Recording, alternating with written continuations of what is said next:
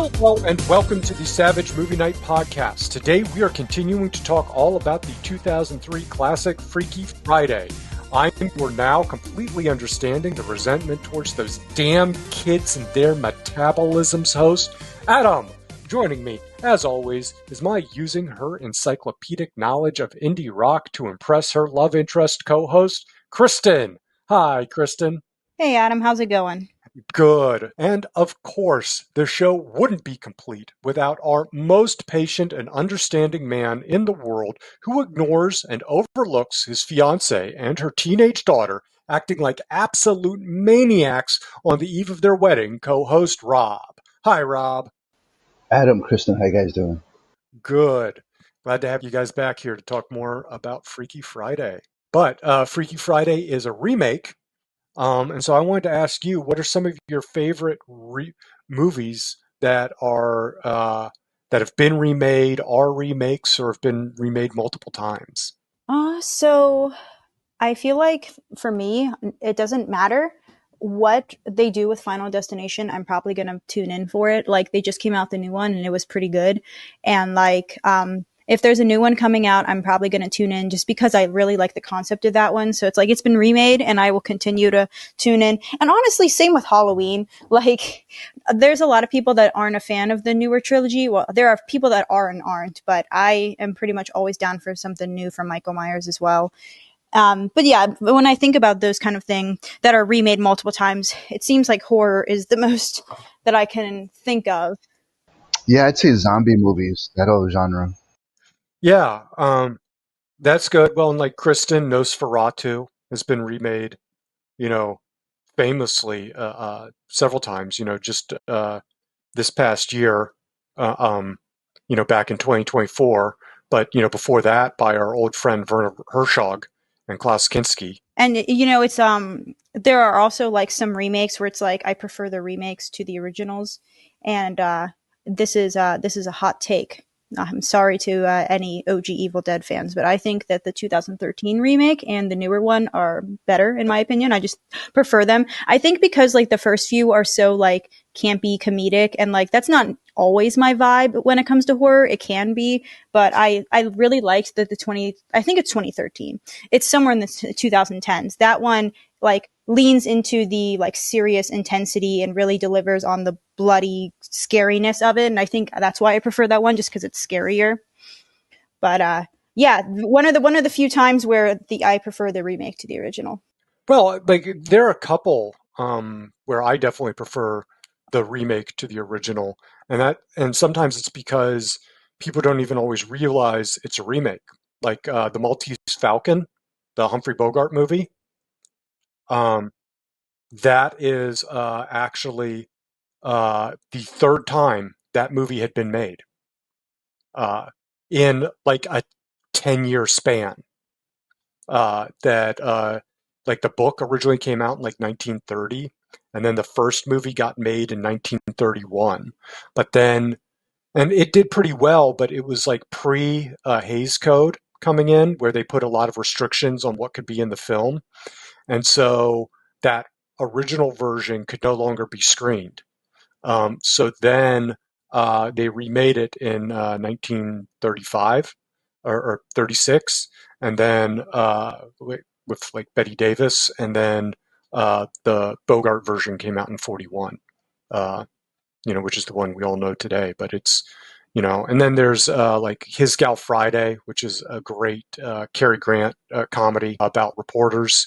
It was based off a play that had already been made once called Front Page, although they made some alterations.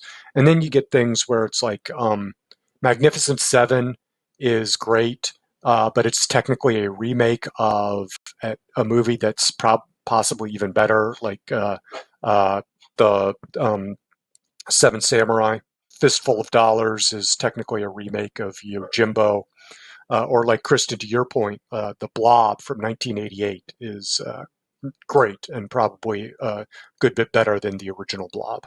We'll have to see, if this remake we're talking about today continues to hold up. Some of us watching it, all of us watching it, we'll see. In addition to learning that, we're also going to, in today's episode, we will learn if two bad boys can keep a mother and daughter having a freaky day from winning the weekend, some guy named Dwayne will ever make it in Hollywood, and most importantly, when you should move to Dubai, because today we are continuing to talk all about the 2003 classic, Freaky Friday. But first, a word from our sponsor. Today's episode is brought to you by Jazzology with Willard Jenkins. Jazzology is a fun and challenging jazz trivia show where two contestants go head to head for a chance to win $100 and prove their jazz knowledge. Watch along and see if you know the answers. Want to prove you are a true jazzologist by appearing as a contestant on the show? Use the link in the description of any episode to sign up. New episodes air every other Saturday on the Savage Content YouTube channel, youtube.com/savagecontent. And all past episodes are available under the Live tab. Thanks to Jazzology for sponsoring today's episode. And now, back to the show. In part one, we talked all about the history of body swapping fiction, the origins of the book Freaky Friday and how it connects to The Sound of Music, how the first movie version of the book got made, what led to the remake, Jamie Lee Curtis's background, and how she and Lindsey Lohan got cast as mother and daughter. And then we talked about the early part of the plot, where we met Tess, the mother played by Curtis, who was a widowed therapist with two children. The oldest, 15-year-old rocker, Anna, played by Lohan, is struggling at school with bullies and unreasonable teachers. Tess is also engaged and about to be married. Mother and daughter frequently clash over almost every issue, feeling that the other has no understanding of what they are going through. On top of all that, Anna's band scores an important audition at the House of Blues the same night as the rehearsal dinner for Tess's wedding. And that is where we left off. Will Anna make the audition? Will Tess get the rehearsal and wedding of her dreams? Will Stephen Tobolowsky continue to be creepily harsh to Anna? Kristen, take us back into the plot. And so now we're getting into the meat of it. I mean, we've been talking about body swapping, but no body swapping has happened in the plot yet. But here it is. Here we come. So this next scene, the entire family is eating out at a Chinese restaurant, and we see tension between Anna and the soon-to-be stepdad, Ryan, who wants to connect with her, but she just won't open up. He offers to order her favorite dish and stuff, and she's just like, whatever. And this is in part because Anna's not emotionally ready for her mom to move on due to her father's death only happening 3 years ago. She feels everything's moving a little too fast. And so Anna and Tess quickly start fighting, not necessarily about this, just in general, because Anna feels the idea of going to the audition instead of to the rehearsal dinner. And so they have a little aside away from the table, and barbs are thrown. Tess says that high school isn't that hard, and Anna insists that she wouldn't last a day in her high school. And Anna insists that her mom's life is perfect, that she has nothing to worry about. And so hearing the argument, there was a server named Pepe that was I didn't really include in the plot, but was jokingly, not even jokingly, very seriously wanting to do catering for the wedding, even though it was in 2 days. And so her mother notices the mother and daughter fighting. And so she comes up and offers Tess and Anna fortune cookies. And the fortune says, "A journey soon begins, its prize reflected in another's eyes. When what you see is what you lack, then selfless love will change you back. Suddenly, there is a short earthquake, which only they can feel." It's funny because I was saying, I'm usually on Anna's side with this, but a teenager thinking that the mom's life is perfect is just very, it's so funny. It's how many adults are just barely keeping it together and just barely getting their life on track, even in their 30s, their 40s. It's funny that any teenager would be like, yeah, you totally have your life together and that everything's perfect for you. Man. I was going to say I want to mention some of these actresses in the scene here, but I do have to preface it by we'll just ignore the fact that there's a very kind of racist thing going on in this movie when it comes to how Asian characters are portrayed. So Pepe is portrayed by Rosalind Chow. Rosalind Chow is an actress known for her TV roles in Aftermath, The O.C., and films like The Joy Luck Club, Star Trek: The Next Generation, and Star Trek: Deep Space Nine. She also played Mulan's mother in the live-action 2020 remake of Mulan. Most recently in 2024, she starred as Ye Wenjai in the Netflix production of The Three Body Problem. That was a good one. And then also, this is an actress that you would very well recognize. Huge career. It's Pepe's mother. Is played by Lucille Soon.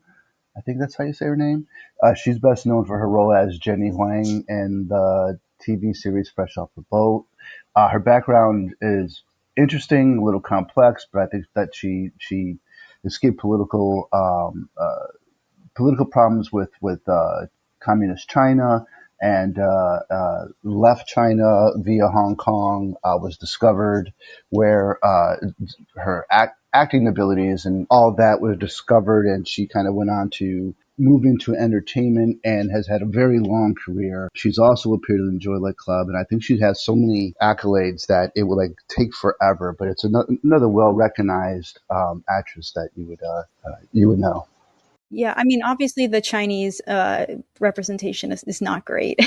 It's one of those things, but I mean, it seems like this is a running problem within the Freaky Friday thing, like how it's like a strange Indian stone or like Chinese fortune cookie or something. Like we were talking about it a little bit in part one, how like in an attempt to explain the unexplainable, they use this like mystic other culture that people don't know for them to be like, Yeah. oh, got it. Like something I don't understand from this other culture, which is not, it's not great. Like, let's be plain. It's not great, but like, it wasn't as horrible as I thought. I thought it was going to be worse from a 2025 point of view. It's still not great, but like I was expecting it to be way worse compared to like, for example, if you watch some like John Hughes films from the 80s, where the way that Chinese people are represented in that is just horrendous.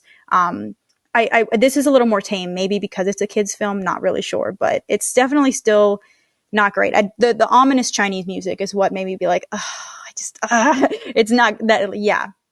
Yeah.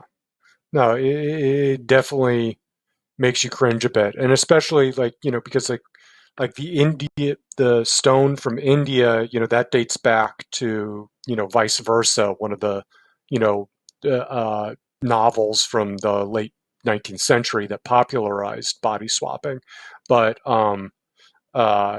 which in the Judge Reinhold, Fred Savage adaptation, Fred Savage, no relation.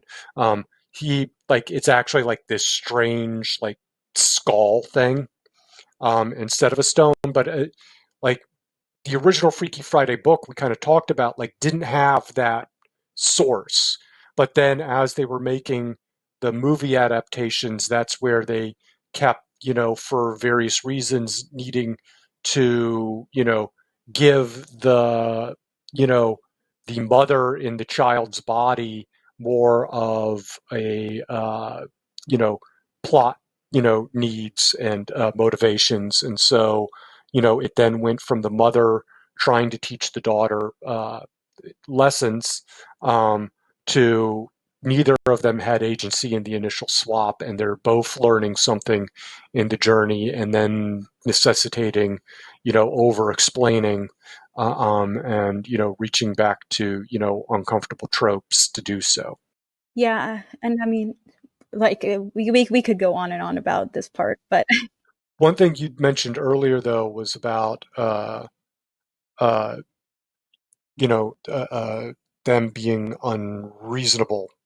Like you were starting to talk about that. With Anna not thinking adults just have it figured out, and I think and I think it's not just it's easy to think to not just as a kid look at adults and think, oh, they've got their life must be perfect, they've got it all figured out, but especially today, like with social media or anything like that, to look at a celebrity, to look at so of even a friend's social media feed and be like, oh, looks like they got all their stuff together. They really got this whole thing figured out, whereas they're just barely figuring it out, minute by minute, and barely not tripping over their own feet. We're all just right. humans. We're all just idiots. Yeah. Uh, So if it wasn't clear that this was the moment, the earthquake, what it represented, do you want to talk about that? Because I'm not sure if that was clear. The earthquake, I guess, represented, and all this represented the big change that occurs. Yeah, which they don't necessarily realize yet that the big changes. Like it's kind of like we'll get into it when it occurs the second time, but like it's supposed to represent that something is shifting, even though they haven't shifted bodies yet. Right. Like, Which I mean, I don't think that's a spoiler. We've been talking about body swapping. It is yeah, yeah, inevitably they're going to swap bodies. We just haven't yeah, got there yet.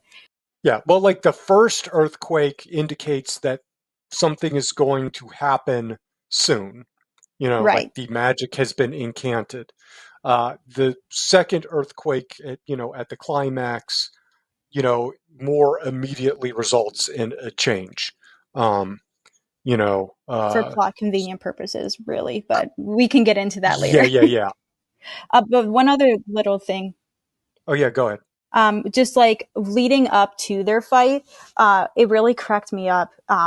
Just seeing how like Anna was trying to butter her mom up before asking about it, because she's like, I'm gonna try really hard and I'm gonna be okay. And then she's like, what do you want? Because like that is just the general, like the kid's gonna be like, wow, I'm such a good child right before asking to do something really big.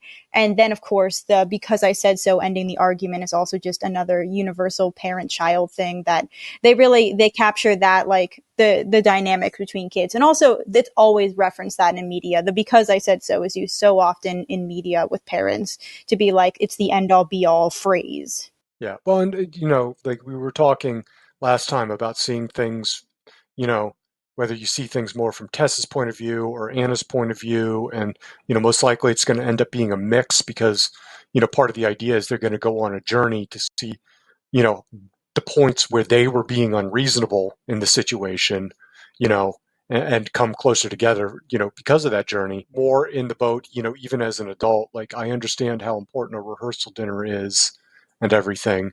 But at the same time, like you can't just like it's still just a rehearsal dinner. It's not the wedding itself. Yeah, and the rehearsal is one thing. You want them to be there for the rehearsal so they know what they need to do. But the dinner is kind of just like a victory lap before the wedding, you know? So Right. like, And it's like so you can let her like jet out for like, 30 minutes an hour. It's apparently just down the road. Like that's not being unreasonable, but it's but it's I also get I very get that it's the principle because it's like it's your mother's thing. So she wants her daughter to be happy for it and to be a part of it. So it's like you can kind of see both sides, but also yeah, like a little more on Anna's side at that point. yeah. But But well, and it's also just very sitcom-y. Oh no, I've scheduled, my date with Jennifer at the same time. I have to have, my big meeting with the boss. What do I do? You know, uh, kind of thing. So right, even though that has been, the rehearsal dinner's been a thing for months, but whatever. Yeah. We're into the next day, and Tess wakes up and somehow discovers that she and Anna have swapped bodies. Tess in Anna's body replicates the first scene of trying to wake Anna up in her mom's body by pulling on her feet. And when they both have when they're both awake, they're both looking at each other, having conversation. Anna is very traumatized by the switch and hilariously calls her current body the Crypt Keeper, which also we were talking about Jamie Lee's age and stuff, which is so funny that Anna, whatever, we can get into that in a second. But and then Harry, the son, the brother, is very confused why his sister is suddenly calling him honey and his mom's calling him a punk, and they are just trying to get their footing, and they're really not sure how to swap back on their own, but they decide they'll have to find time to go back to the restaurant to find out what happened, because they know the earthquake happened at the restaurant. They were the only two that felt this earthquake, so it must be linked to this restaurant. And so they are going to try to figure that out around lunchtime.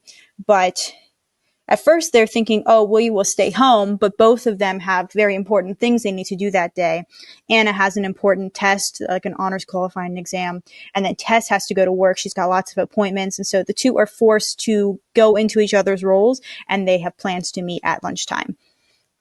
And so while we see Tess, we see Anna as Tess, it's going to be a little confusing. I'm probably just going to try to say this person as this person or in this person's body to make it easier.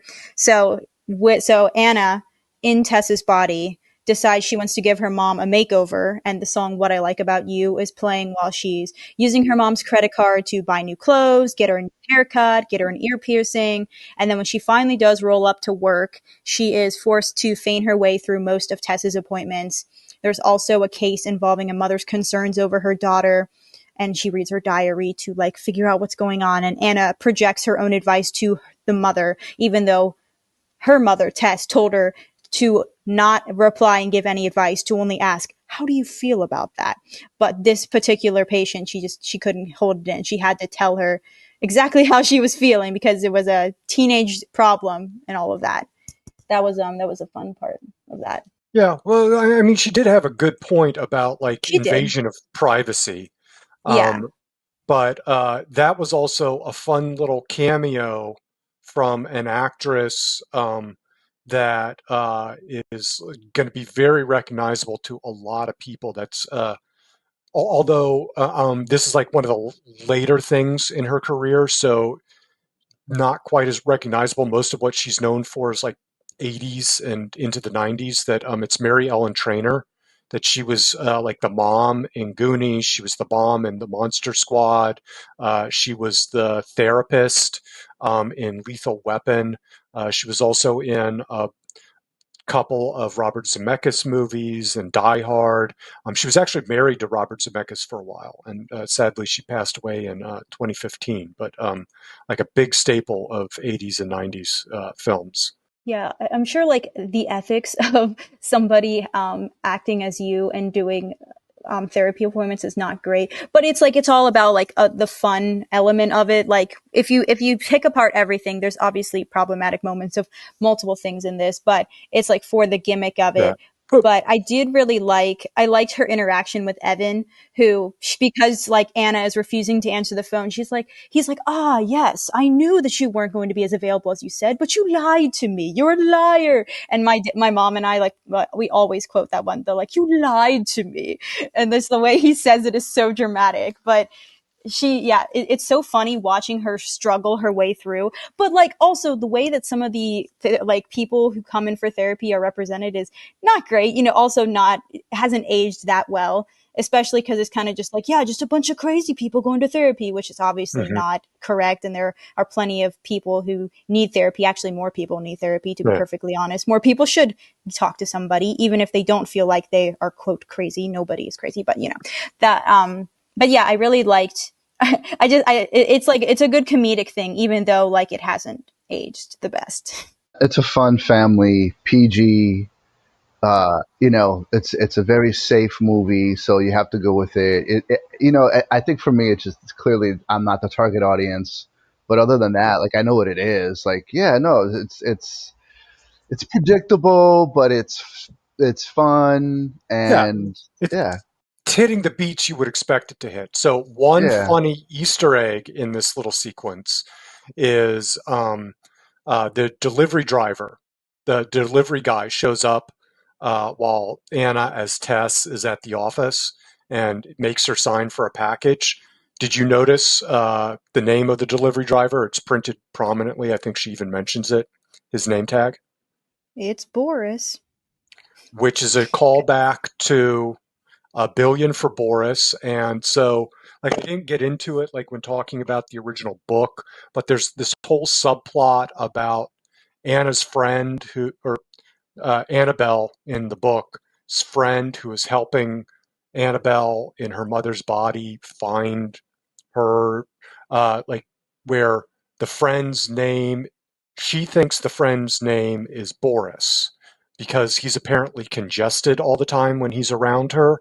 And so that makes his M's and B's get mixed up. And it's really Morris. But then they continue to call him Boris in the sequel book. So this is just things I learned from reading Wikipedia. I've not taken Yeah, the like time a to fun a read. fun little I reference was to like, the original. wow, you're really into this. No, I've not Yeah. taken the time to read any of Well, these see, books. the only reason I remembered what the delivery guy's name is because, like I've said, I've seen this a million times. So like, I know most of this movie by heart anyway. So Yeah, like, normally I wouldn't have even been able to answer your question. yeah, but I had watched like I had read through all that background before rewatching the movie, and so I clocked that myself without it getting pointed out. But it's more like I'm more saying, hey, I didn't actually read the book, so if Wikipedia is wrong or if I'm misexplaining it, like that's the reason. People can get in the comments and tell me I'm wrong. Oh, but Yeah, I did think that was a fun little shout out to the original works. Um, right. I also do think, as to Rob's point, knowing the genre, knowing what it is, and these are kind of the jokes you have to make. Like if you're putting your but actually hat on, like you would think, and this is part of the problem of gradually aging the character up in various adaptations. Um, is because you would think like at 15 or so, you would know how to pretend to be an adult better than Anna does at times. But also, like, I mean, when you're just starting high school at 15, you're still figuring out your footing as a teenager, honestly, at 15. And she doesn't even have her permit, so she's still figuring, so I'm sure that's it. Because I mean, I don't, maybe you were a very mature, I mean, obviously you were watching some crazy crap when you were like 8 years old. So clearly you matured differently, but I don't think I could have realistically acted like an adult at 15. I was still figuring myself out at that The point. first time Adam body swapped, it took him a few hours to Yeah. get used to it. Well, I guess like just for me, I guess I was very used to the idea of, like growing up, like how I would act around my friends is different than how I would act around, like adults. And not like I was being a different person. It's just I understood what was appropriate behavior in one setting was not appropriate behavior in another setting. So, like, even at like 8 years old, I would curse like a sailor with my friends, but I'm not like saying, telling my teacher to go F themselves or something, It's, you know, different behavior for different settings. And, uh, uh, I would understand, yes, while I am in private and I have an itch in a very private area, I'm going to immediately scratch that.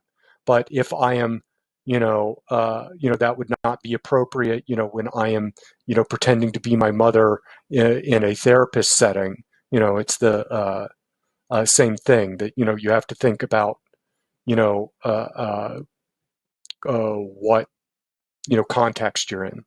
And, to Rob's point, who knows, never body swapped with anyone. So I probably, would screw this up harder. I think, I definitely would have, even at 15, had a much harder time pretending to be Anna than pretending to be Tess. But, you know, And also, it wouldn't be as comedic if she was like yeah, yeah, not no, being that's why herself in this body. So like, that's what I said that's at the that's the start of joke. that little thing is, to Rob's point, like, you know, like you have, there's some, some of this stuff is just what you have to do. And that's also part of why we talked about like giving the dot, giving Tess in Anna's body, more plot motivation.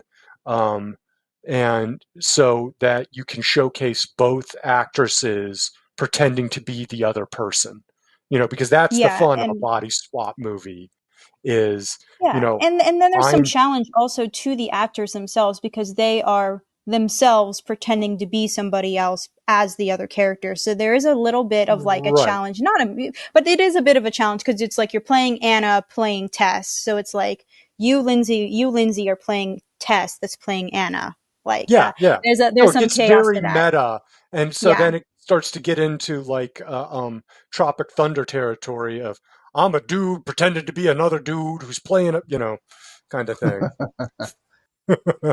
so, So but let's get yeah, into the side of Anna. Like so, well, as Tess. Tess is in Anna, as we've discussed, and so she's at school and she realizes that not only that Anna was right about Stacy, but also she receives a bad grade from Mr. Bates, even though she got all the answers correct. And she is very confused by this. And so she approaches him after class. And as they're discussing the grade, she recognizes him as her former classmate, whom she had turned down when he asked her to the prom back in high school. And now he's taking it out on Anna. And so Tess confronts him over this in front of Anna's friends and humiliates him and warns him to stop the abusive treatment of her or he will be reported to the school board. And then lunchtime comes and Anna picks up Tess in the Volvo. And Tess is horrified by the makeover her daughter has given to her body. And also just the fact that now her daughter, who doesn't have a permit, now that she's in her mother's body, can drive the car, even though she never was allowed before. And so there's that funny little dynamic. And then they arrive to the restaurant to speak to Pepe. And Pepe is furious at her mother's meddling, knowing that Tess is getting married tomorrow. But she can't directly help them. And so she just advises them to read the fortunes in the cookies. And when the fortunes come true, then they'll switch back. So that's all they have to go on at this point. I really liked the way that she put Mr. Bates in his place. It was so, it iconic. Yeah. And like, so it's funny that you said you've seen him as nice characters. Cause I swear I've only seen that actor in like slimy characters like this, like ones where you're just like, you just suck, man. But it's obviously he has a large dynamic. So there are certain characters when you see them play a certain type of role every time you see their face, you're just like, yeah. But did you ever see Groundhog Day? Yeah. Years ago. I can't picture who he is in that. Like that's he's got like hat, glasses, obviously. Like it's like his most famous part in the Loop is every time he would see Bill Murray's character, he would go, "Hey, it's me, Ned Ryerson." Bing, and Murray would like step off the curb into the big puddle and get all wet. And that's like a clip they tend to play a lot, like when referencing Groundhog Day. But like he's just like an open and nice character there. Sneakers, which, like I said, is like one of my favorite performance movies he's in, is borderline nice, borderline creepy. It's more like a schmuck. The group, because like it's a movie. It's almost like a heist movie, and so like they're using him to gain access to gain access to a building that's important to the plot. And they're using their friend, played by Mary McDonald, to seduce him.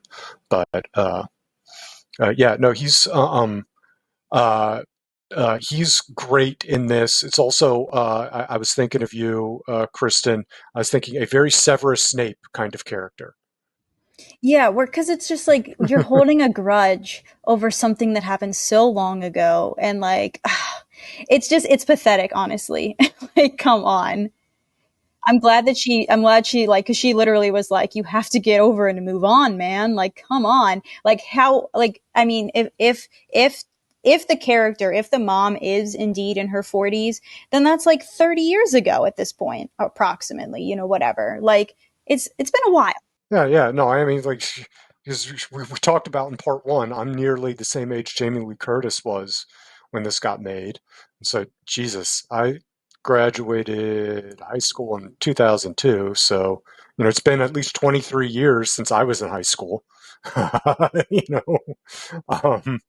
So yeah, and like the thing I say to anyone is, to me, it doesn't matter if I had a good relationship with you or a bad relationship with you. You know, um, I'm not going to hold anything against anyone from that time, especially if I haven't seen or talked to you since then. Like, I'm not going to judge you. I'm going to treat like meeting you again as like we're meeting for the first time, because I have no clue how you've changed. Hopefully you've gotten better, but I'm not going to like judge you by the person you were back then for the simple reason I don't want to be judged by who I was back then. Not that I was a bad person. It's just I was 16. I would not like to be, judged by who I was at 16 when I'm, 42, Right. I know when I first saw the scene, I thought it was kind of lazy from a script writing perspective. But then I had to remind myself, like, it's not about like a complex and cerebral kind of script. It's just fun for the kids. So I had to let it go. Well, and there is a talent in doing a basic by the number script well, which I think this script does the basic by the numbers what you would want for this project to do. Because, I mean, a lot of Pixar movies um, don't do anything spectacular with the script. The overall plot is a fairly basic plot that they just do it extremely well, you know, and I think that's just what's going on here. You may not say they're doing it extremely well, but they're doing a very good workman's job, which I think gets back into, like we talked about, it was Leslie Dixon and Heather Hatch, and Leslie Dixon was an experienced screenwriter who'd worked on like Overboard and Mrs. Doubtfire and all these other films, and then Heather Hatch, this was like she had a fellowship that she won to work at Disney, and so they were kind of paired together. I think Dixon was providing a lot of the basics for the script, a lot of the shape, making sure it all flowed together, and Hatch was providing a lot of the elements to make sure it rang true or somewhat true to modern youth. Because she was in her early to mid 20s at the time, it was being made. So she was, ridiculously close in age to Anna, to be able to provide, a somewhat authentic voice to her as well. Right. And so we're kind of, in this part of the film, we are going back and forth between Anna and Tess in each other's bodies. And so in the next scene, we see Anna go to Harry's parent-teacher conference where she reads a composition that he wrote about how much Harry admires Anna.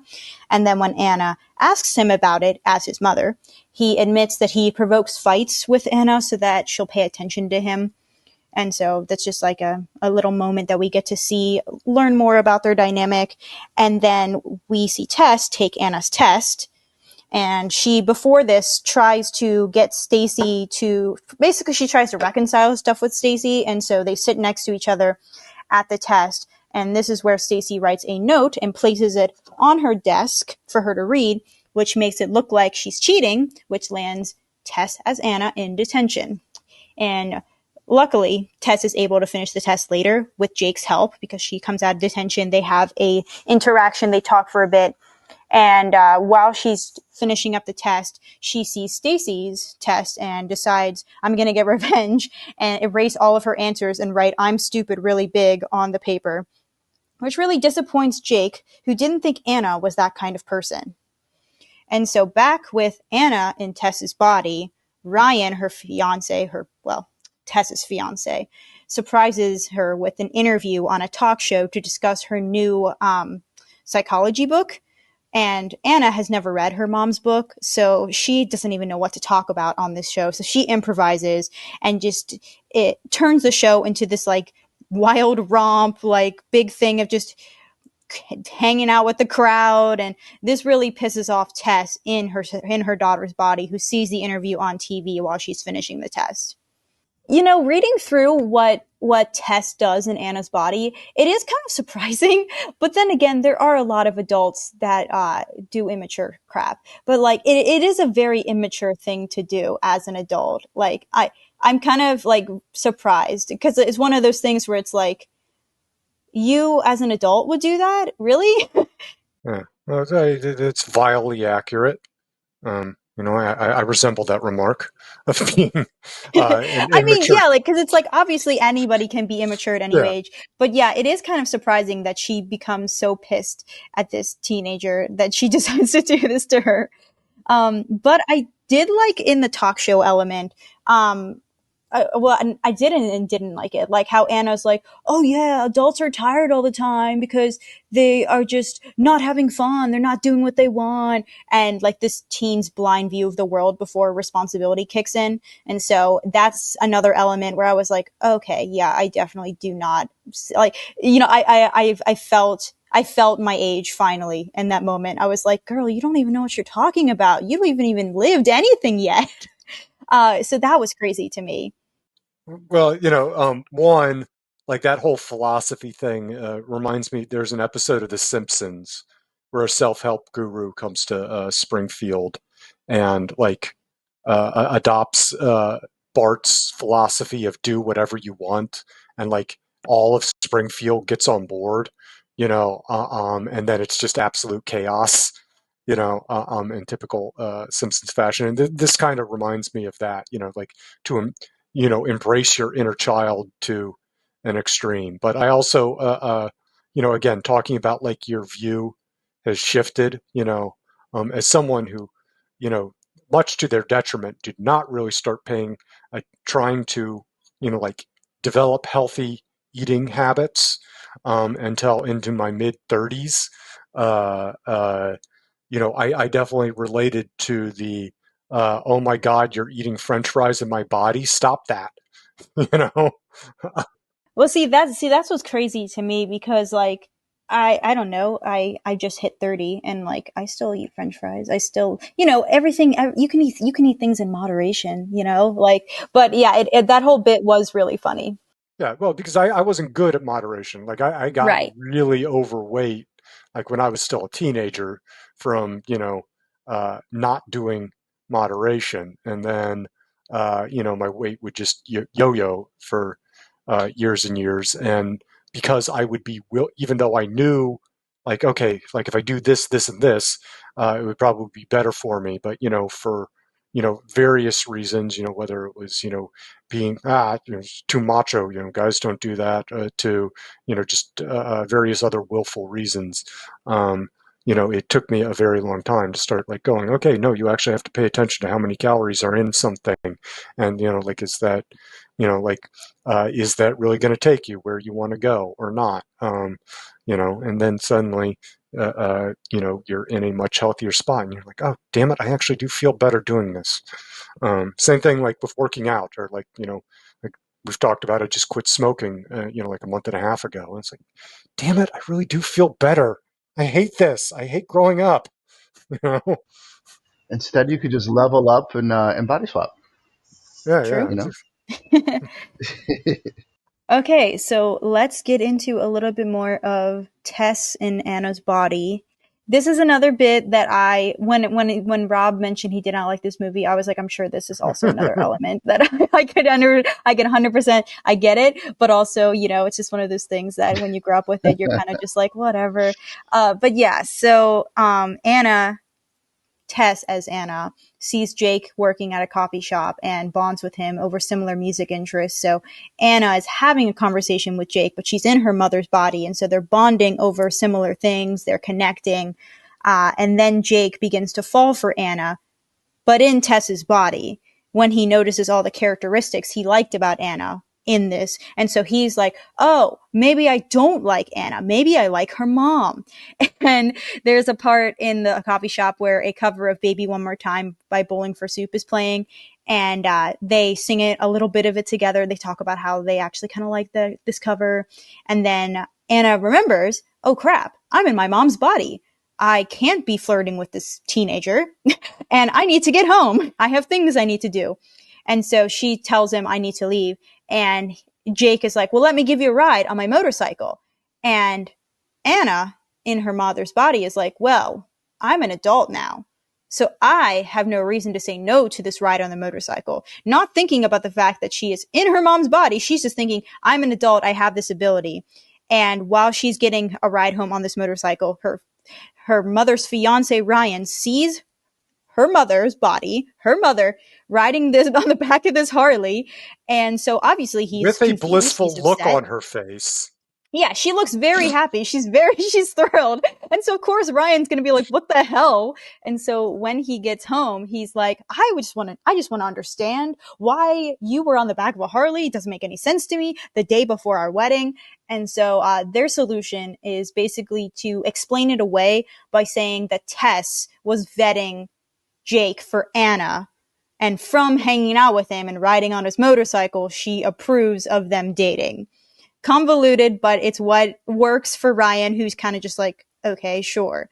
And as they're preparing for the rehearsal dinner that evening, Jake shows up because he just can't stop thinking about Tess. He can't stop thinking about the time in the coffee shop and how they bonded. And so he is serenading her in the front of the house with this off-key version of Baby One More Time. And, Anna, in her mother's body, is not able to go and talk about this. So Tess, in Anna's body, tackles him away before anybody can see and is basically like, what are you doing? What is going on? Like, you can't be falling for my mother. She is an adult. You are like, I don't really know Jake's age. I know he's older than Anna, maybe like 17, who knows, but that's not important.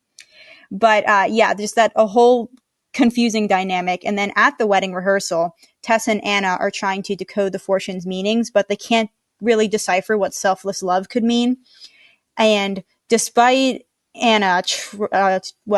despite Tess as Anna trying to get Jake away and to deter him from pursuing her, he still shows up to the dinner.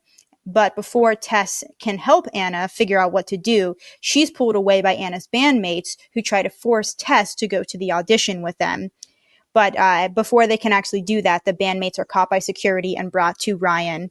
And they're pleasantly surprised when Ryan decides to give Anna, which is Tess, permission to go to this audition. And he also has this conversation with Anna in Tess's body, so in what he thinks is his fiance's body, basically being like, listen, this marriage isn't going to work if you're going to put me in this bad guy position. Like, I want to support Anna. I want her to be able to do what she wants. I want her to accept me into the family on her own terms. But also, like, you should be supporting her too. What are you doing here? Like, you can go and look and watch her performance, watch her audition. I want you to go. And so this lets Anna see Ryan in this new light. And so she leaves to go watch her own band perform. Whew. It's a lot going on in that section. It gets convoluted when it's like this person as this person, you know, like I was trying really hard to explain it No, you did properly. good. You did Yeah, no, good. you did great. Well, and you also get into, similar to like the movie Big, with the whole romantic subplot with Tom Hanks's character in there. You get into some creepy stuff that it's like, oh, that's not comfortable with the whole Jake, thinking he's falling for Tess, and who's really Anna in Tess's body. At least there is that line where where the mom is like, at least he likes you for your mind. Because obviously, no matter what body, he's still falling for her. Even though it is creepy that it is, a grown woman. Like, yeah, it's definitely uncomfortable, but it's like one of those things. It's like, at least it wasn't like the mom as her daughter falling for the teenager. At least there was that line where like Tess was like, no, like, what are you doing? You can't be pursuing, like, and also just like feeling gross in her daughter's body, having any interactions with him. But tries to get things on track. It is weird though that she does kiss him. I understand why in her daughter's body she kisses him, to try to be like, you don't like Tess, you like Anna. I'm going to kiss you as Anna, so you remember that you like Anna. But it's weird. Now, I have a question for you. Okay, Kristen, if the body swapping had been done between a father and a son, and the father goes out with the teenage boy's girlfriend, spends some time, and he kisses her, how would you feel about that? Oh, listen, I'm not defending what she did here. I'm not for her kissing anybody. Let me just be clear.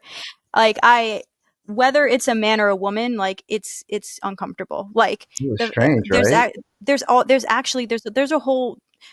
a whole conversation we could be getting into about the difference with gender, about so many people being like, yeah, if it's a young boy with an adult woman, like, he should be happy about it. Right. Like, I hate that. I think it's terrible. Yeah. Well, like the movie Blank Check, um, which is about a kid who, through various circumstances, ends up ripping off the mob for like $1 million. Um, and he ends up having this crush on this adult woman who later turns out to be an FBI agent, and she kind of seems to reciprocate, and they even share a kiss at one point in the movie. The kid's like 10 years old. Um, uh, yeah, no, it aged very weirdly. That's a movie from like 1994. So I remember watching it growing up. I remember being envious of the kid because the FBI agent was played by Karen Duffy, who was very pretty. Um, also, fun fun connection to RoboCop. Miguel Ferrer is one of the bad guys in that movie. Blank check. At least it's acknowledging that it's weird in this. Like, at least they're not like normalizing it necessarily. Like, I'm glad at least that they're making it clear, especially since this is a kids movie, that it's like, no, you can't be pursuing me. Like, I'm an adult. I'm a mother. Yeah, well, and like I think you can see that progression in society from like Big, where Tom Hanks, who is a boy in a grown man's body, has intercourse with a adult woman, and that is considered okay. uh, or it is implied that they have intercourse together. Um, and then Blank Check, which is a few years after that. With that, which is another Disney movie, aimed at kids. We talked about, even if she was in her capacity as an FBI agent, just leading the kid on to fulfill the needs of her case, still creepy. And then actually get to Freaky Friday where you still have it, but you're at least calling out that it's weird and creepy. Yeah, I'll at least give it that compared to some of the other ones that just like be like, yeah, it's just a plot device. Like in Never Been Kissed, that one is also just like not good because it's like like Drew Barrymore is portraying a high school student. Yeah, Yeah, the and teacher then doesn't know she's an adult. He thinks she's just a student. So starting, exactly.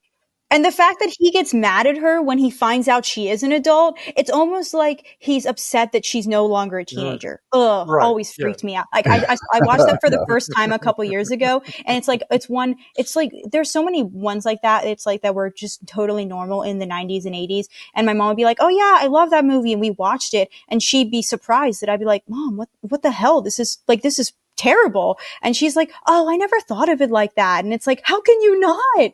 Oh well, man. it's just think of the Calvin Harris song. It was acceptable in the '80s. You know, Right, uh, right.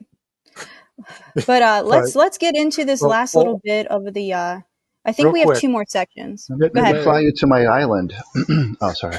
We've got one more section, but I just wanted to talk about the music discussion real quick, especially like Bowling for Soup. Like most people know them for, like their biggest song was 1985, which actually came out like a year after this. Um, but like by at this point when this movie came out, their biggest song would have been "The Girl All the Bad Boys Want." Which is where I first heard of them. And then for their indie rock discussion, like when Anna's in Tess's body and she's having that discussion with Jake, at least for me at the time, and even today, that discussion just felt a little too try hard. But, that could have just been me at the time. Like I could have been too into my own stuff and up my own butt. You don't think that they should get it? You don't think they should get a bass player? Well, I mean, one, Jack White performs sometimes with bass pickups in the guitar. That's how you get the bass lines in like Seven Right. Nation Army. Um, but there are also a number of other bands that either do something like that or just don't have a bass player. So perfectly fine. Yeah, no, because I was a fan of the White Stripes at the time, and so didn't love that thought and thought it was kind of off base. But also like the Hives and some of those groups, like I can enjoy their music a bit better now, but they just felt too much like the industry was pushing them, less like they were actually like organically liked at the time, at least among the people I knew. And so we're at the audition. And Tess, in her daughter's body, is struggling to figure out how to be in a band. She has never played guitar before, at least, she doesn't have any experience as a rock star. And because she's unable to play the guitar solo, Anna, in her mother's body, unplugs her guitar and then plays backstage and tells her mom to just mime along on stage to make it look like she's playing. And so that's a moment where she gets to see like her daughter actually have like she gets to see the passion of her daughter in this moment. And it's a good moment where they kind of see each other from a different point of view. And there's been a couple moments like that, but that was a good one for mother and daughter. And back at the wedding rehearsal, Tess asks Anna to postpone the wedding because she's like, listen, I don't want you, my daughter, to have to marry your stepfather in my body. So we don't know when we're switching back. I would rather postpone this wedding, get this figured out so that you don't have to go through that. And so they come to what they think is an agreement, but Anna actually, while she's toasting, she accepts Ryan into the family and doesn't postpone the wedding. And from doing this, from this selfless act of realizing how happy Ryan makes her mother, she is able to, it's the selfless thing that they just need to change back. So there's the second earthquake, the whole crowd feels it this time. And then right away, Tess and Anna switch back to their own bodies. Now it's like one of those like big celebratory moments, like, oh, cool, everything's back to normal. And so we cut to the wedding day when Tess and Ryan are getting married and Anna and Jake are talking at the wedding reception. And Jake is describing the day before as freaky. And while dancing, they share a kiss. We also see Harry and Grandpa have an argument, and Pepe's mother attempts to give them fortune cookies, but her daughter wrestles them away, preventing another terrible mix-up. As the credits begin, the band, Anna's band Pink Slip, plays the song Ultimate, with Anna singing this time. Yay. Yay. I love that. I honestly, I really liked the band Pink Slip as a kid. Yeah. Like, the movie band. I loved they were fun. loved their music. I think having this element really, because we were talking about like how she was originally going to be like a reporter. I think it was way more fun to have a rock band element in this because she was a fan and everything. I just think it's more engaging and it's more fun. And I think it really elevated the entire soundtrack for me, especially growing up. Cause like, I always loved the songs played by the fictional band in the movie. Yeah. It also helped, like part of the reason they also talked about doing it is, not only is it more cinematic, it does help give a stronger differentiation between the mother and the daughter. That there's too much of a similarity between therapist and reporter to be like, oh no, I'm out of my element. What do I do? Obviously, That's true. yes, she would be out of her element. Like, what do I ask Gwen Stefani about? I don't know who this person is. And this is the early days of the internet. So, it would have been harder for her to like Google information, or something, but it's a lot, similar to like, oh no, how do I, win this ski championship, while I'm, in my daughter's body? How do I play a guitar solo, while I'm in my daughter's body? When I've never played guitar before is a lot harder than, how can I fake my way through an interview or something? Right. Mm-hmm. Yeah, I really liked that you get to see this selfless moment where Anna accepts Ryan into the family and you get to see her be a little emotional about like, because you kind of, you get little glimpses of her missing her father, but you really kind of see in that moment just like her acting out, her like shutting herself off is because she just still really misses her dad and is scared of this new chapter in her life. But from seeing how Ryan reacted in the previous scene and supported her in her music is finally what gets her to accept him as well. And it's really sweet how it all comes together. And I did really like how, I mean, obviously the whole point of these movies are for them to learn from each other. So both of them are learning and understanding the other in a new light. And I think that will really help things going forward. Obviously we don't see what happens to them going forward, but yeah. But one of the what works well with all that is because you have that scene with Ryan and Anna in Tess's body. That what Anna had been struggling with wasn't that Ryan wasn't a good guy. It was she thought he was being fake nice to Mm-hmm. try and win her over. And, that he was just putting on a front, a show, a mask. And so when she finally sees for herself this interaction with, you know, her, but as her mother. So, from Ryan's point of view, Anna isn't around. It's just him and Tess. He could then, be like, oh my God, your daughter's such a, whatever. That, that, he could have let the mask, she would have been expecting the mask to slip. And when he stayed the same good person who was just trying to do the same thing with no other ulterior motive, that's when she was finally able to trust him and accept him. And, so that's, really helped, Yeah. with everything. And was, again, just good, solid writing. It's not anything, it's not like spectacular, like, oh my God, look at, like the attention to detail or, like how they cleverly hid that twist or, something like that. It's just, good, solid work. Yeah. And also on another topic of music, I really like how like when Jake and Anna interact, they have like kind of like a theme. There's like music that plays and while they're dancing and stuff. And that song is called Brand New Day by 40 Foot Echo. If anyone else liked it and wanted to look it up, because I've obviously watched this movie a lot, but watching it again this time, I was like, man, that song is just so good. And I ended up like looking up the soundtrack and everything. So if anyone else has ever been curious about what it is, Brand New Day, 40 Foot Echo, look it up. Absolutely. Well, if we ever get around to doing the Transformers, the movie from the 80s, that will be the one where I'm going. So, did you guys love this song too? Or how about this song? I love this. Yeah, because I'm definitely a soundtrack person. Like, if we Yeah, ever yeah. get into Scooby Doo, like the live action Yeah, yeah, Scooby yeah, Doo, yeah. that entire soundtrack is just 10 out of 10, man. It's so Yeah. good.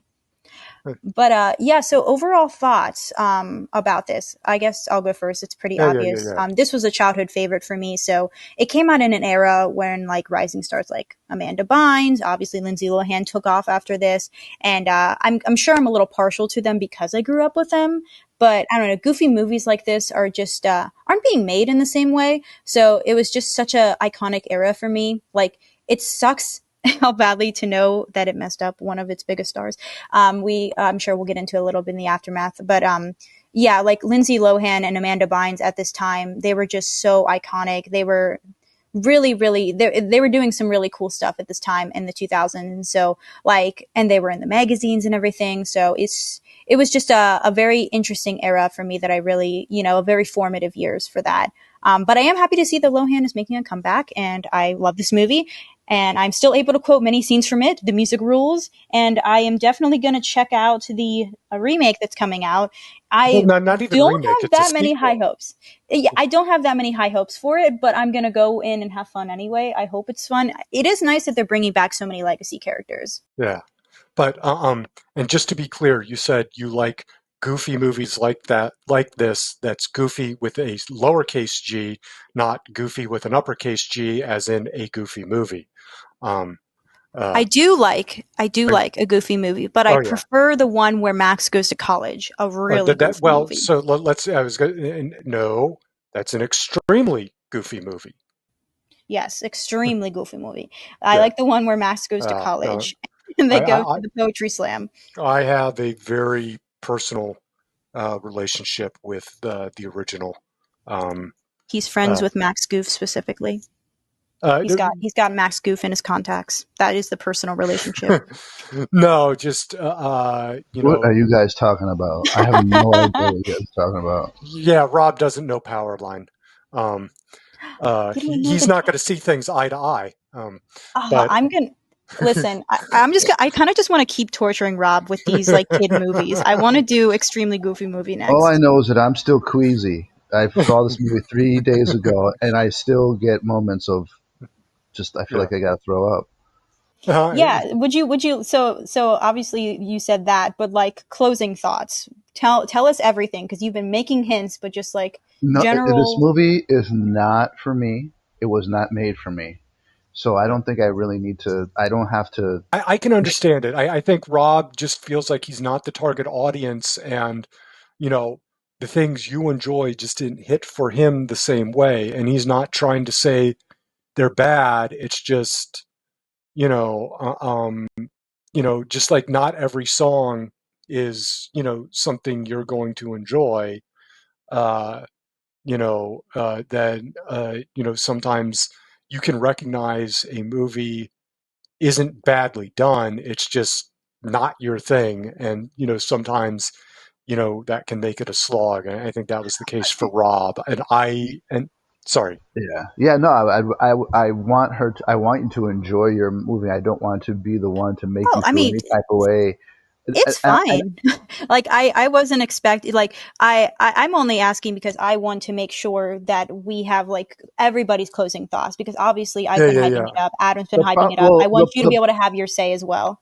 the problem is if you don't buy in, you Yeah. can't even like It, yeah, Rob you has a can't enjoy problem. the roller coaster. Yeah, Mm-hmm. you have a problem with the suspension of disbelief, which I get. That and like you cannot control when that suspension of disbelief works and when it doesn't. Like Rob, you were talking about like how unbelievable you know the way they get to it is. But I mean, it's also the same way like in Mission Impossible movies where Tom Cruise does like I can't remember which one it was. It was one of the later ones where like Tom Cruise takes out one of the guards at a facility, and like he puts on the fake face of the guard, and he Yeah, puts the fake face, his own fake face, but like the guard's got the duct tape on underneath, so he can't talk as like they're starting to torture him, you know? Um, but the problem with all that is the guard is like 6 inches and much broader in the shoulders than Tom Cruise is. So even if you're talking about like, well, they have the masks that, and the vocal changes, you yeah, can't change physics, and right. Right. but you just kind of hand wave it away. you know it's like it's fine, it doesn't matter. And that's what the magic here is in this, like but I also understand like if you can't you know get over that hump, like it all just kicks us in weird ways at times. Like there'll be times where like I'll just be like I can't uh, you know, there are definitely movies where I'm like, I know, like, I just can't take this seriously. It's too dumb, the premise or whatever. So I totally get that, and I think I think it's pretty clear. I'm kind of in between both of you guys. Like, I don't love it like Kristen does it. I don't dislike it like Rob does.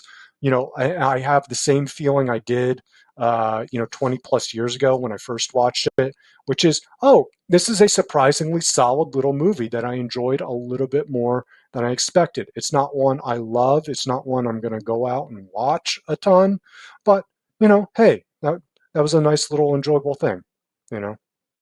All right, so that was the movie and our thoughts. But what did the world of 2003 think of it? God, I have a hard time reading 2003 and not saying 2023 for some reason.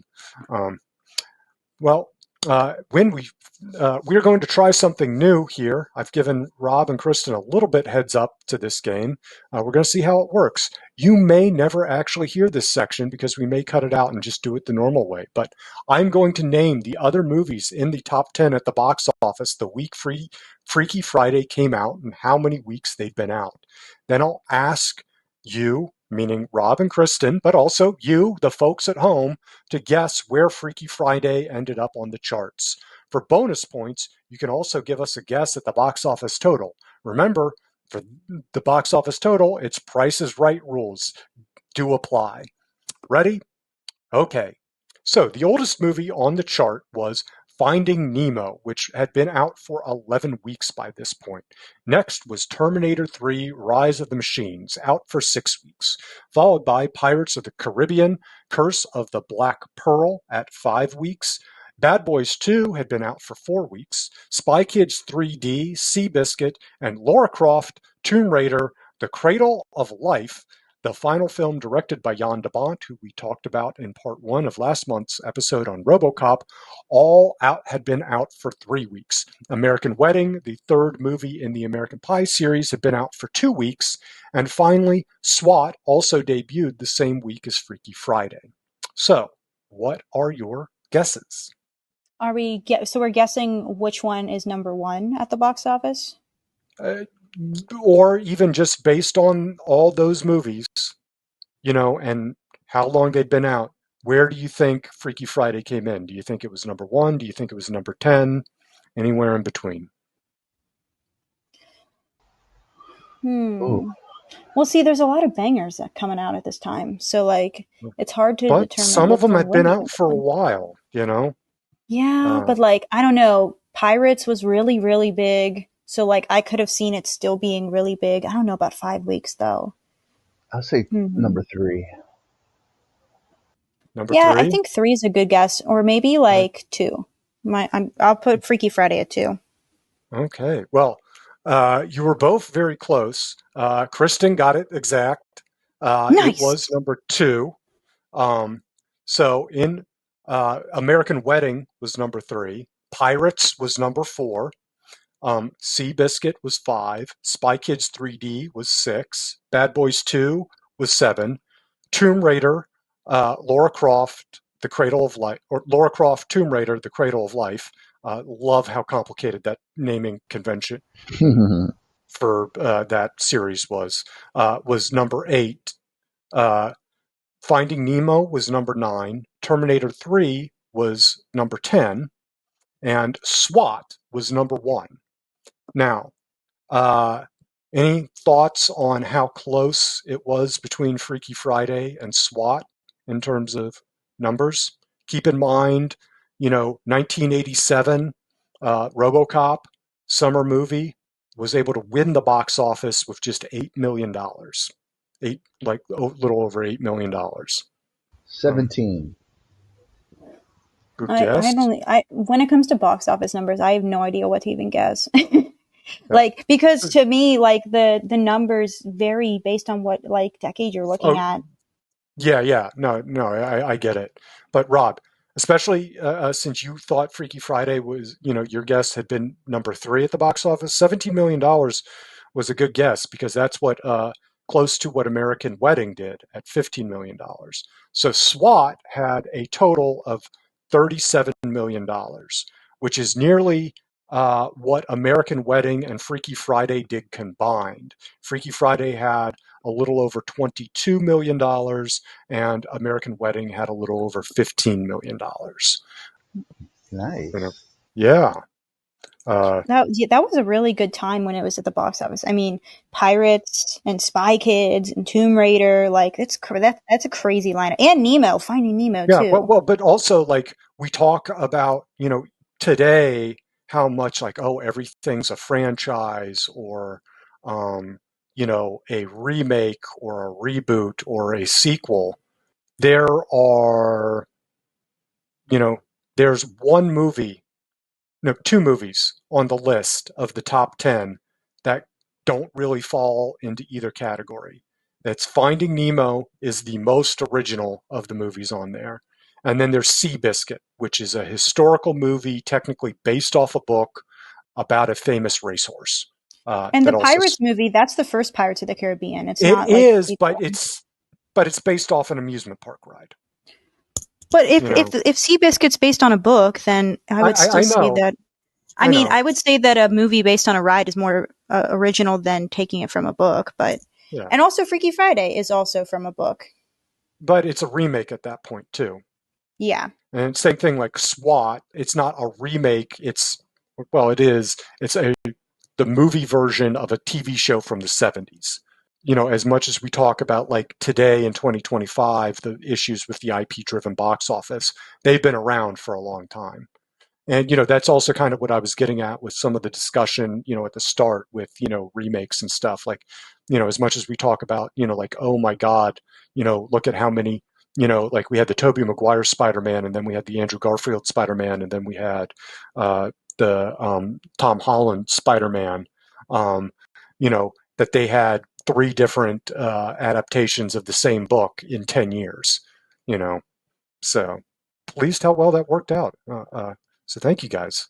So Freaky Friday would spend 6 weeks in the top 10 at the box office, which again, kind of, Kristen, to some of the conversation, that is one difference between the modern box office and the historical box office is, and that's something you also saw with like, Finding Nemo had been there for like 11 weeks and so on. Like movies had legs at that point, like now, like even for like big movies, like Thunderbolts or Mission Impossible, 3 or 4 weeks, and they're pretty much not really a factor at the box office much anymore. So it would spend 6 weeks in the top 10 at the box office, and it would make over $110 million at the domestic box office. And as for international, normally I have to say something like, we just don't have any numbers for that. We know it wouldn't be zero, but we don't have anything.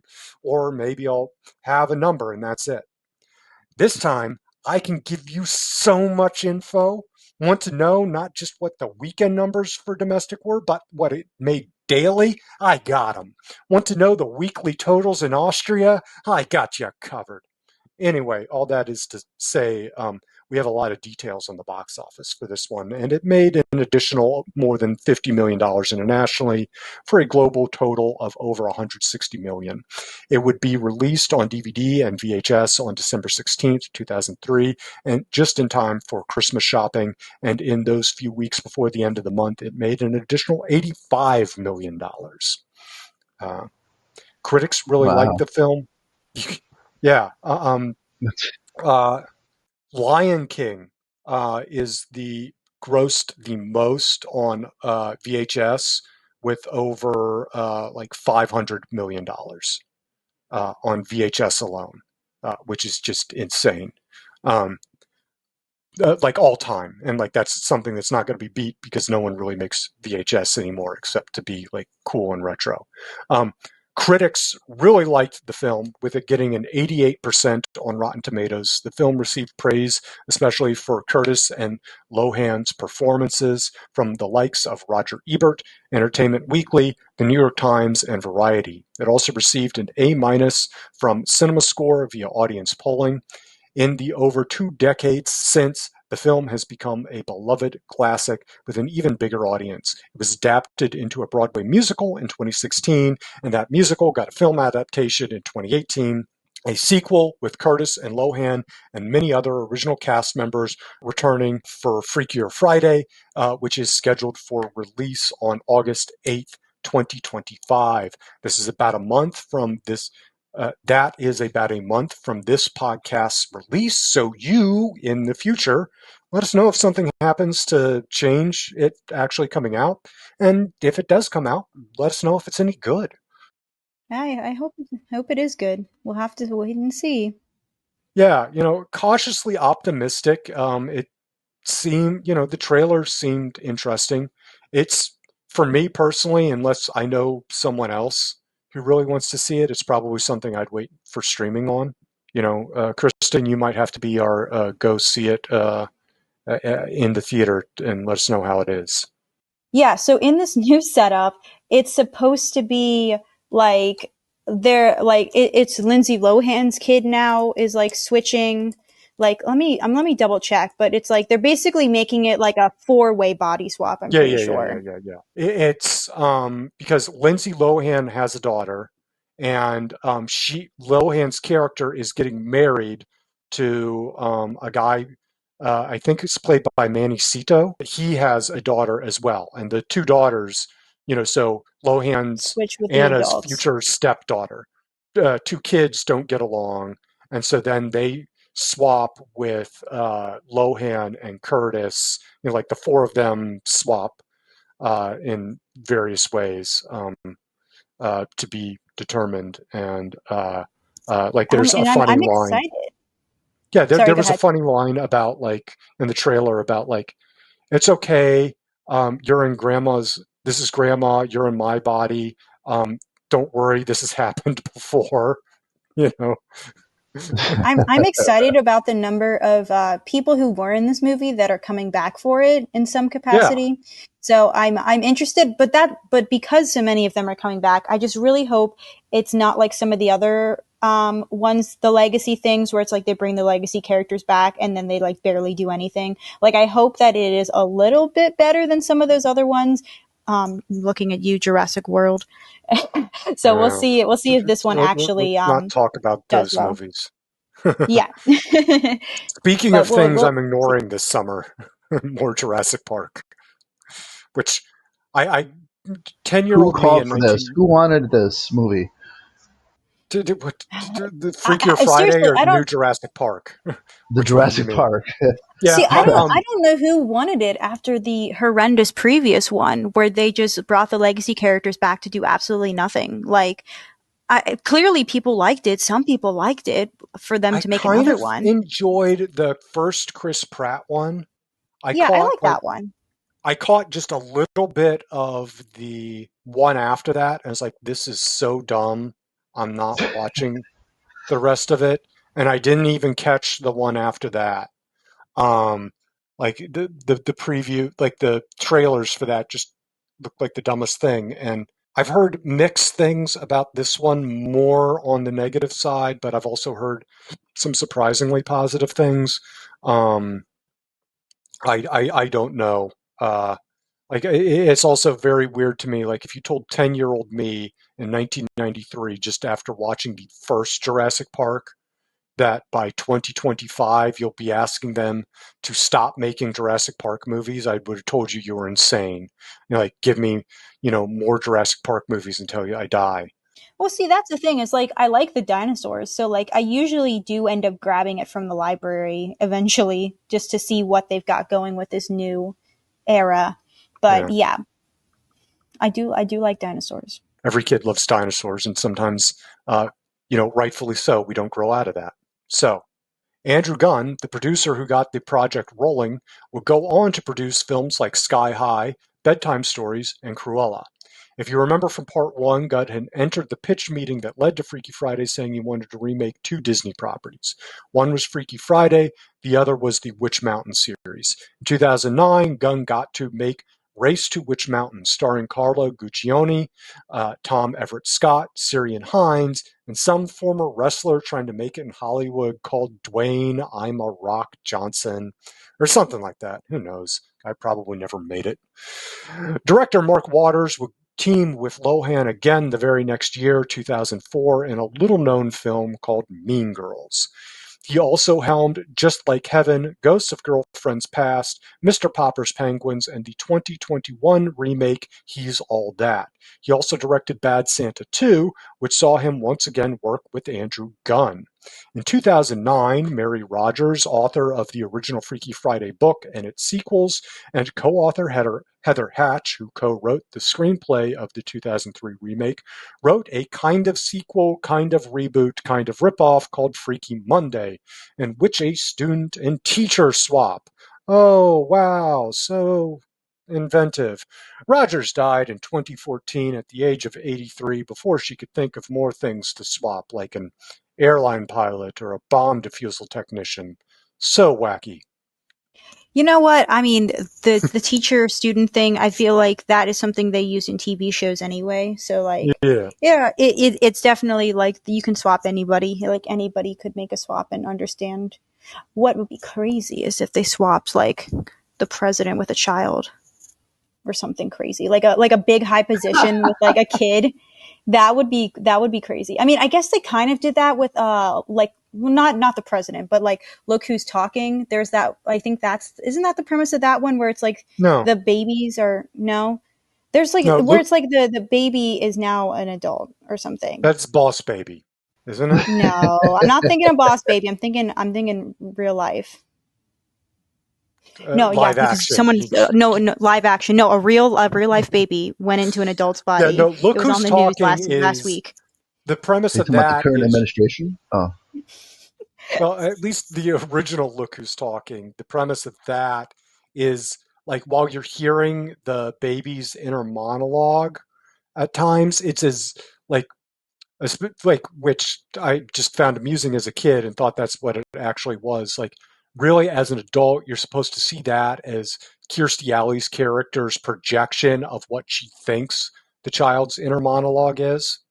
Um, and then that became a gimmick, and then it became really the inner monologue of the kid, and then his little sister, and then they had pets in the third one, and it becomes a whole thing.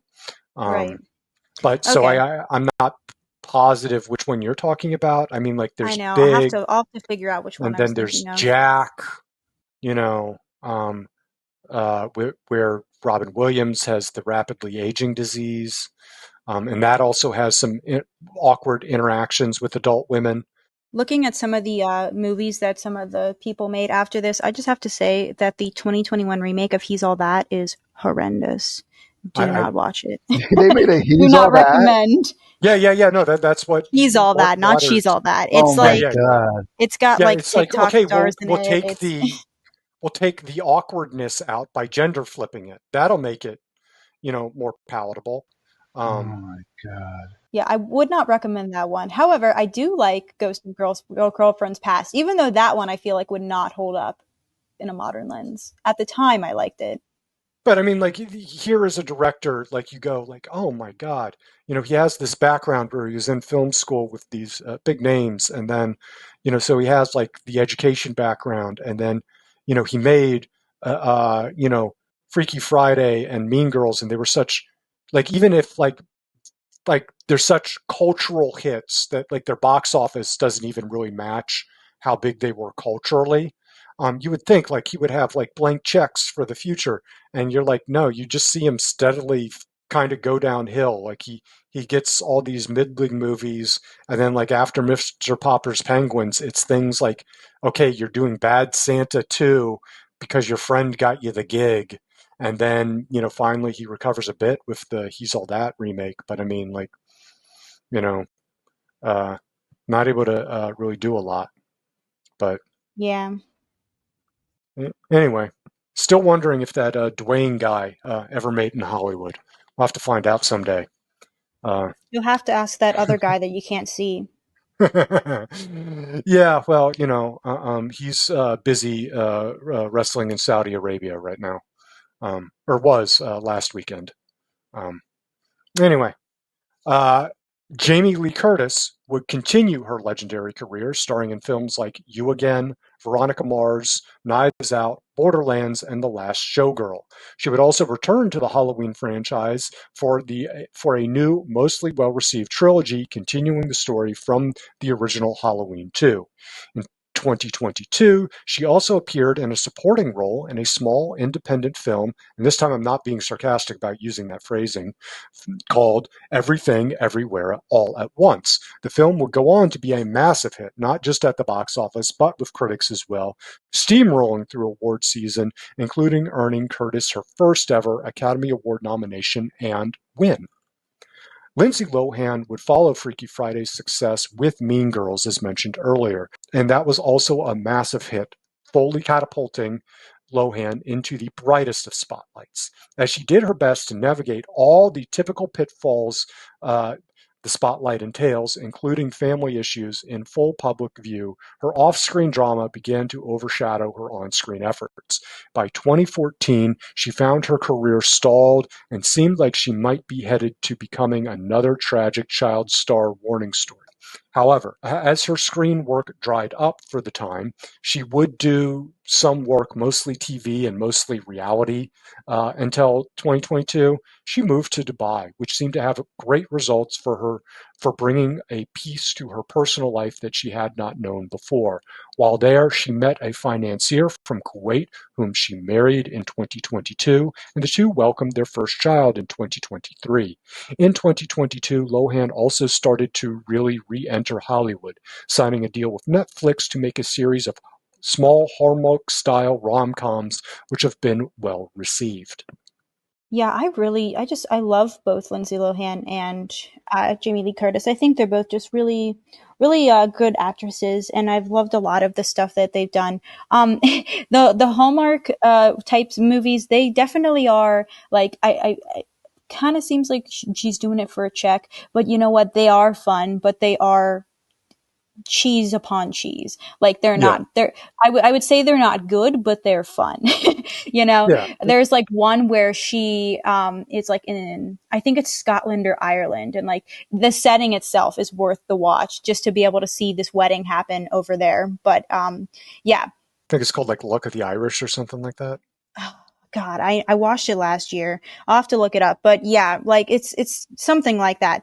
But man, I really love a lot of what Jamie Lee Curtis has done, even though I am kind of bummed when I hear that she doesn't really like to talk about like or like be considered a scream queen. It's like she it's like she acknowledges that time, but like she doesn't really see it as like something that is as important as her other work, which is a bummer because I feel like horror has really started to finally get into the spotlight, especially with movies like The Substance that came out last year. People are realizing that there's a lot of artistry that comes to that genre too. So hopefully she comes back around to it. It makes sense. You know, the era that she came in, there was always a stepping stone to the Mm-hmm. legitimacy. So, Right. Yeah. Well, and it was something that could sometimes make it hard. Like you had to almost, while it could get you into the spotlight, you almost had to fight your way out of the stigma of it, yes. you Hmm. know? And so, I The think trap. she's just stuck in that old school mentality, Yeah. and she's also like a very different kind of scream queen than like a Lena Quigley or, someone like that, who did mainly get stuck in the B, C tier movies. Uh, The so Lindsay Lohan Irish one, it was called Irish Wish. yeah, Yeah, yeah, so basically that's Maddie's dream guy is days away from marrying her best friend when a true love made on ancient stone in Ireland magically alters her fate. So, kind of, yeah, kind of a crazy premise, and so you can understand that it's not great, but it's fun. yeah. No, I get it, and like I didn't want to get into details on everything she faced in that time. I wanted to do my best to acknowledge the hardship she went through, and that it was especially that she was not well treated by the media Oh at yeah, that time. so And many girls in this era. I mentioned Amanda Bynes too. Like that yeah, that's this particular era. A lot of young up and coming actresses were really picked apart at this time. well, and like I don't want to go too far into it, but she was also very adultized when Hmm. she was should not have been when she was still underage in a lot of ways, and that you know, that was not just in how the media, treated her as, like a pinup object, but also how they treated her personal relationships and other things. Um, and, it was just very awkward looking back on it. And so, that's where I'm glad, if nothing else, she seems to be a happy and healthy person, and Hmm. that is the most important thing because there was definitely a period there in the like 20 around the time she moved to Dubai that it didn't it looked like you would be waiting for her obituary to show up more than anything. And hopefully, Freakier Friday opens more doors for her. And I mean, beyond just if she wants to. I was going to say if that's what she wants, because that's the other key thing is, hopefully she's able to find the right balance of, so she can stay healthy and happy. Sounds to me like she already won. Yeah, Yeah, she yeah. made it Well, and over the hardest part.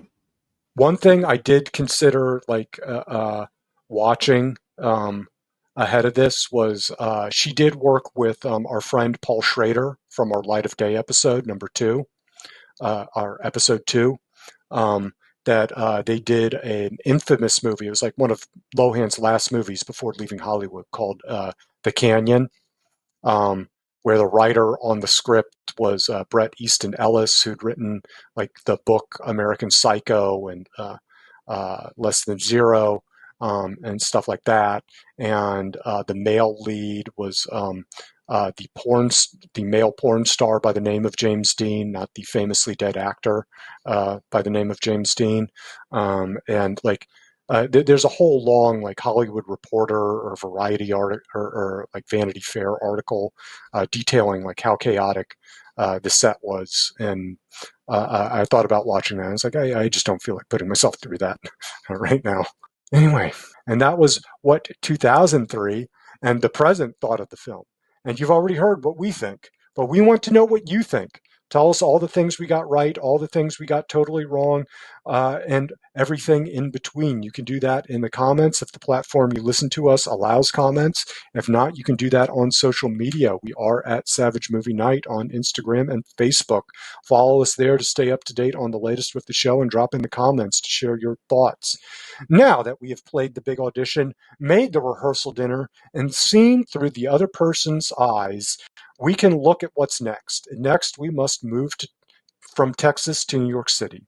Do anything we can to earn money to get to Florida. And most importantly, hey, I'm walking here!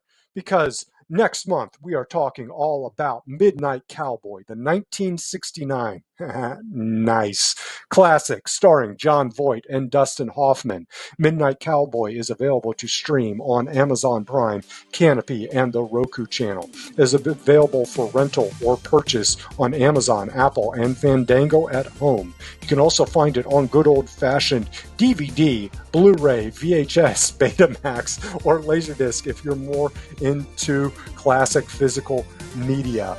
But however you find it, watch it, come right back here and listen to us talk all about it next month. Thanks so much to our editor, Javi, and the entire Savage Content team. Thanks so much to my co-hosts, Rob and Kristen. Thanks so much to our sponsor, Jazzology with Willard Jenkins. And most importantly, thanks so much to all of you for listening. Please give us 5 stars, leave us a review wherever you get your podcasts. If you are watching on YouTube, give us a like, a follow, ring the bell, drop into the comments, all the good YouTube things.